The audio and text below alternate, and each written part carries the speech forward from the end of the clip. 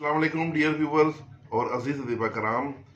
मेरे प्यारे दोस्त हैं हकीम आकाशदीप सिंह फ्रॉम इंडिया। तो कैंसर का नुस्खा तो मैंने भी ग्रुप में शेयर किया था, वीडियो की शक्ल में भी शेयर किया था, चैनल पे अपलोड कर चुका हूँ, जिसमें RC2 का नुस्खा खास और ख़ास है। उसके अलावा उसके साथ जो दीगर नुस्खे भी दिए जाते हैं, लेकिन आकाश और वो उस पर मुश्तमिल है रस कपूर पर। आकाशदीप सिंह ने जो नुस्खा दिया है कैंसर के लिए, इसमें जो जुज़्व मौसरा है वो नीला थोथा है। तो नुस्खा नोट कर ले। इसमें नीला थोथा 50 ग्राम, छिलका रेठा 50 ग्राम, आंवला 50 ग्राम, नमोलियाँ, नीम की नमोलियाँ 50 ग्राम और 7 लीमू ओरिजिनल लेना है, खालस 7 लीमू का 250 ग्राम यानी 1 पाव। तो ताज़ा लीमू लेने हैं आपने 120। सबसे पहले नीले को खर्ल में डाल के पीसें और बारीक इसको खर्ल करें। उसके बाद उसमें 3 लीमू का आपने रस निचोड़ के डालना है और उसको खर्ल करना है उसी नीले के अंदर और खुश्क करना है। जब खुश्क हो जाए तो अगले दिन फिर आपने मजीद 3 लीमू का रस डालना है। रोजाना 3 लीमू का रस उसमें डालते जाएं और खर्ल करके खुश्क करते जाएं। कामल ये आपका जो 40 यौम का ये तरीकाकार है। 40 दिन आपने रोजाना 3 लीमू का रस उसमें खर्ल करके खुश्क करना है। तो उसके बाद आपने उसमें 7 लीमू जो 1 पाव है वो उसमें डाल के उसको खूब खर्ल करना है। कम से कम 2 से 3 दिन उसको खूब खल की मशीन में लगा दें, ज्यादा बेहतर है। 2-3 दिन उसमें खल होगा। उसके बाद उसमें जो बाकी चीजें हैं यानी छिलका रेठा और आंवला और मगज तुख्म नीम, ये तीनों चीजें भी पाउडर करके तो ये उसमें डाल के तो ये भी उसमें खल करें। 1 दिन 2 दिन खूब खल कर ले, आपकी दवाई तैयार है। अब आपने इसकी गोलियां बनानी है दाना मूंग के बराबर, दाना मूंग के बराबर।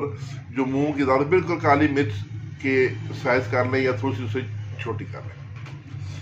तो ये 1 गोली रोजाना इसकी खुराक है। ये गोली खाली पेट बिल्कुल नहीं देनी, वरना मरीज को तकलीफ हो जाती है, नुकसान होता है। मरीज को पहले देसी घी की चूरी खिलाएं, उसमें रोटी देसी घी में कुट के चूरी बना के, और उसके बाद फिर दूध के साथ ही गोली देनी है। तो इसी तरीके से आपने इसका ये मुसलसल इलाज करना है। जो आप अगर तो कैंसर की जो गिल्टी है वो कच्ची है तो वहीं पे वो सुकड़ना शुरू हो जाएगी और सुकड़ते वो खत्म हो जाएगी।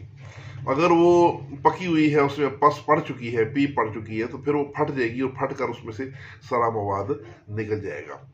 तो ये जो नुस्खा है ये आप जिगर के कैंसर पर ये न दें। उसके अलावा बाकी हर किस्म के कैंसर पर आप दे सकते हैं।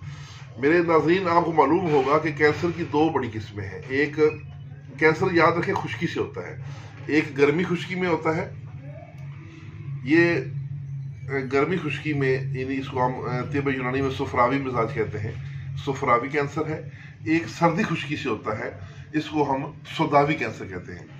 तो जितने भी हमारे पास कैंसर हैं, चाहे वो दमवी हो, सुफरावी हो या सौदावी हो, ये सब पर कारामद है। लीवर के कई कैंसर पर इसको इतना अच्छा रिजल्ट नहीं मिला। तो बवासीर के जो मौके हैं उन पर बड़ा अच्छा काम करता है यही नुस्खा। 6-7 दिन इस्तेमाल करवा दें, चलो उसी से ये मौके ख़त्म कर देता है। तो ज़्यादा ये जो इसका असर है ये सौदावी कैंसर पर है। तो अगर आप मरीज़ की देखभाल, मर्ज़ की मुकम्मल तशख़ीस करके इलाज करेंगे तो इंशाल्लाह आपको बहुत फ़ायदा होगा। मेरी दूसरी वीडियो भी लाजमी देख लीजिएगा जिसमें रस कपूर से इलाज बताया है, ये नीले थोथे से इलाज है। तो नुस्खा ये भी बहुत करामत है। यही नुस्खा जो भी मैं बता रहा हूँ ये फाइब्राइड रसोलियों के लिए भी बहुत अच्छा है। तो जितने भी सौदावी अमराज हैं ख़ास तौर पे उनमें ये बहुत अच्छा रिजल्ट देगा इंशाल्लाह। तो ये नुस्खा ज़रूर बना के रखें और मखलूक खुदा खिदमत करें। इसके साथ ही इजाज़त, वस्सलाम।